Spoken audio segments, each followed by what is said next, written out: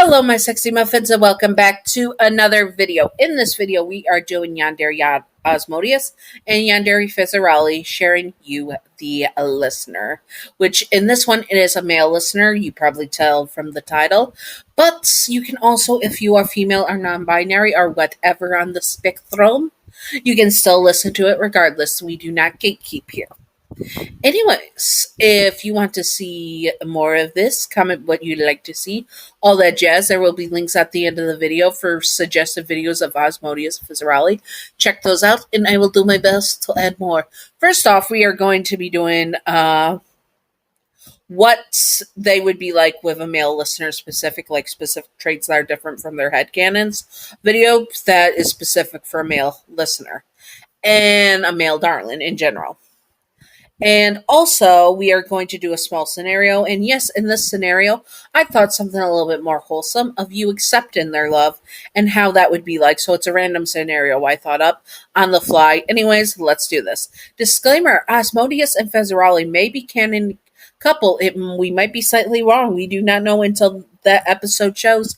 But either way, they are canoodling and snoogling and are something at the very least.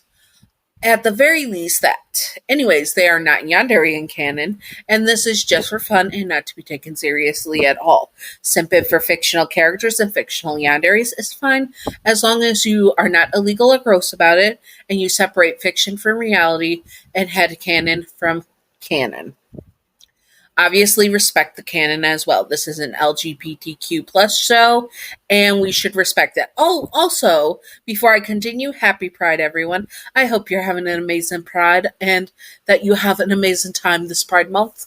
It's my second Pride Month on YouTube, and this is my first Pride Month. Well, not first Pride Month, but we're doing specific LGBTQ stuff this year, which is great. Anyways, let's do this. Yanderes are not ideal partners to have in real life and all that jazz. Anyways, let's do this. Fizzarali and Osmodius are pretty much the same how they treat their darling otherwise. Osmodius is being super protective in that, but he also doesn't disrespect you either. He has it where if you want to stand up for yourself, he will, but he also draws a line where he is putting you first, where you need to stand up for yourself, and that you are, when you need to, he lets you, and he respects that and respects your boundaries, and he doesn't treat you fragile. But if they cross the line, he is going to basically hold you and throw out those people if they do hurt you. Fizzarali is a guy that have been getting along with, and would, as his darling, be the one that is with him on the stage most of the time, having all that connection and being the close by Fizzarali, so he's always keeps an eye on you and makes sure that no one gets too close. Also, he's not afraid to sick bouncers on anyone that tries to grope you, and he will even humiliate anyone that tries to grope you. And how they would confess to you, very simple. They're just going to confess to you the old-fashioned way, ask you to be their third, and for you to join them as a throuple. Which, if you say yes, they're over the moon, everything's perfect, and you're going to end up having a great threesome. And if you say no, well, Osmodius is a king. He has a lot of pull to keep you in his grasp. And Fizzarali, he has probably seen some stuff and is not afraid to kidnap you either. Basically, any other traits would be they are more respecting of your boundaries and not as protective. They're still extremely overprotective, but they respect the boundaries for you standing up for yourself and doing what you need to do to feel secure in yourself as well. But also they will reinforce that. Anyways, that's the main big difference. Also, that Osmodius would let you top and Fizzarali would probably let you top too. So there'd be switches everywhere. Anyways, other than getting into details with that, let's continue. Time for the scenario. And I'm taking it off of the stuff we saw from the the teaser stuff we saw for the trailer. It is going to be the next morning where you and Fizzaroli and Osmodius are in the house and all that, and how the newspaper showed him and Fizz. Okay, let's do this. You woke up in between your two lovers and slinked out of bed. Fizzaroli whining as you did as he got up as well. It's too early for this, he whines, looking at you. You chuckle and kiss his cheek and then go downstairs to start making breakfast with him. You both make breakfast and he pulls out a newspaper. What the heck is this? You looked over at uh, Osmodius, a hypocrite, has his own little impish and sinner plaything. Yes, I'm having you as a sinner demon. Do not judge. It is just for this because you're obviously human, and if you did die, you would be a sinner demon. Okay, that announcement over. Let's continue. You look at it and scoff. Damn paparazzis, you say, and go back to flipping the bacon. Fizz makes a face and crumples up the paper, throwing it away. They're such a pain in the ass, he curses, his tongue slithering out. You put the food aside once it was done cooked and wrapped your arms around Fizz, kissing the back of his neck. Hey, Fizzy, it's okay, you tell him, and kiss the back of his neck and up to his ear. It is okay. They don't matter. All that matters is that I am yours and Big Ozzie's. You say and kiss his cheek. Now help me play and get Ozzie out of bed. Honestly, he should not drink that much if it's going to make him knock out. I don't think it was the booze that knocked him out. Fizz chuckles, more like you wearing him out. You blush and look away, scoffing. No way the king of lust would be able to be knocked out so easily by love making. You start to plate the food, and Fizz goes up to get Big Ozzie. Ozzie comes down and looks at his lovers. He noticed the balled up paper and had it levitate to him and looked at it.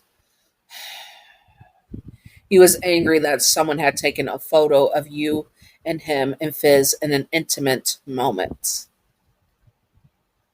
You were his and Fizz's. No one else needed to see or hear any of the intimate moments that you shared together with each other. It is okay, Ozzie. You tell him and pull him down into a kiss, kissing him deeply. I'm yours, and no paparazzi is going to scare me off or take me away from you.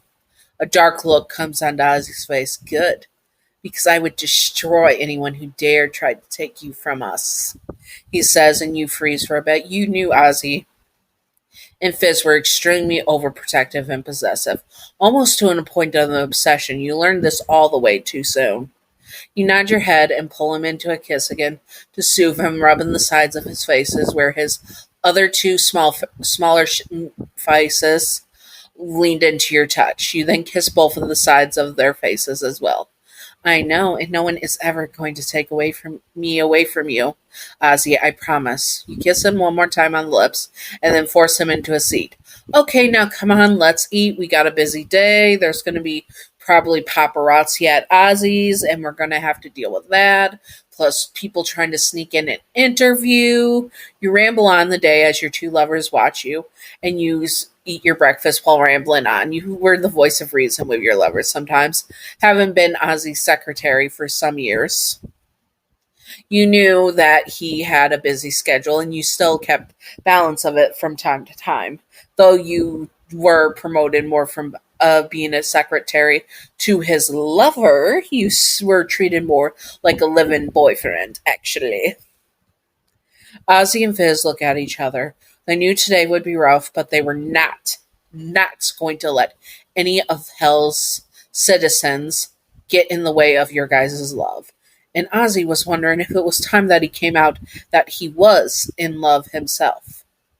That he did have feelings for you and Fizz, and that you were theirs. Maybe even settled down with you. Ozzie got a dark smile at this. The idea of being married to you, where your soul would belong to him and Fizz, turned him on greatly as he watched you eat, those sweet little lips of yours eating the meat. Oh, how kissable you were. He could just devour you whole. Okay, let's go, you tell them, and stand up, pulling onto their hands. We have to get ready, and no, we are not all showering together. That will lead us to have an amazing adult fun time. Sorry, I said adult fun time because of YouTube. Adult fun time, and we cannot be late for work. You shoo them off to separate showers and go to shower yourself. You showered and then got cleaned up and head out with them in the limo. Right away, there was paparazzi outside of the Ozzies. You walked in having cameras flash in your face. Suddenly, someone groped your ass, smacking it and squeezing it when it made contact. You yelp and turn around ready to lash out, but Ozzie was already way too fast. He grabbed the demon by his head and crushed it in his bare hand, blood and guts going everywhere. You stare in horror at Ozzy's. That was a bit extreme for just a little grope. Ozzy, you say, that's a bit much. You say blood had splattered on your face and Fizz wipes it away, looking at you. No, it was not, Fizz says, looking at you. Fizzy's right. Anyone who touches you dies. Ozzy says firmly, and you shudder. The way he said it made you shudder in complete horror, but also arousal. You knew what you were getting into when you were the boyfriend of Fizz and Ozzy. You just did not realize how bloody it could be. Anyways, I hope that you all enjoyed this. I really liked how it turned out. It is chef's chaos. Anyways, I hope that you all enjoyed, and remember, it is Pride Month, so if there is any LGBTQIA plus stuff you would like to see, comment below and I will do as much of on the list as possible.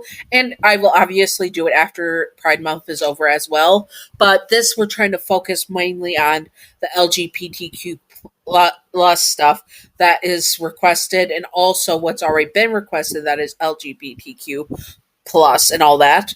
But also, what I also have recorded, because I do have like 5 other episodes that are not LGBTQ related that are also pretty much already recorded, so they have to be used to, so I can record more, obviously. So keep an eye out for votes, because that will have what videos I edit next for Pride and non-Pride. I will do a Pride video and then a non-Pride video every day until I get all the non-Pride videos taken care of. And I might filter in a few non-Pride videos to even it out, so I don't have to just do all Pride videos this month if there's only a limited amount of Pride videos. Anyways, thank you, Gav, for being my first patron. You are fabulous. You are wonderful. I will commission you in July or August. We already discussed this. You are fabulous. Love ya. And Wicked Brony. Thank you, Wicked Brony, for being my second patron. And just as fabulous as Gav, you are both fabulous, wonderful, and you are the cutest couple. Anyways, I hope that you all enjoyed this. And also, I hope that you all continue to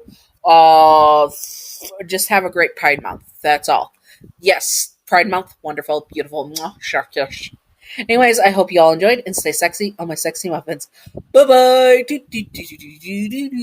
Secret outro time. Secret outro time. Secret outro of the day.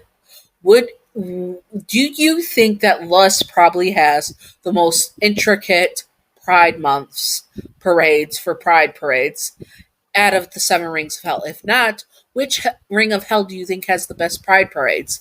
Comment below. I think Lust is definitely an all adult theme Pride parade, so that there is no children allowed at Pride because of basic frickery on stages, on floats going by. That's how I see it, at least. Anyways, I hope that you all enjoyed, and stay sexy on my sexy muffins. Bye bye.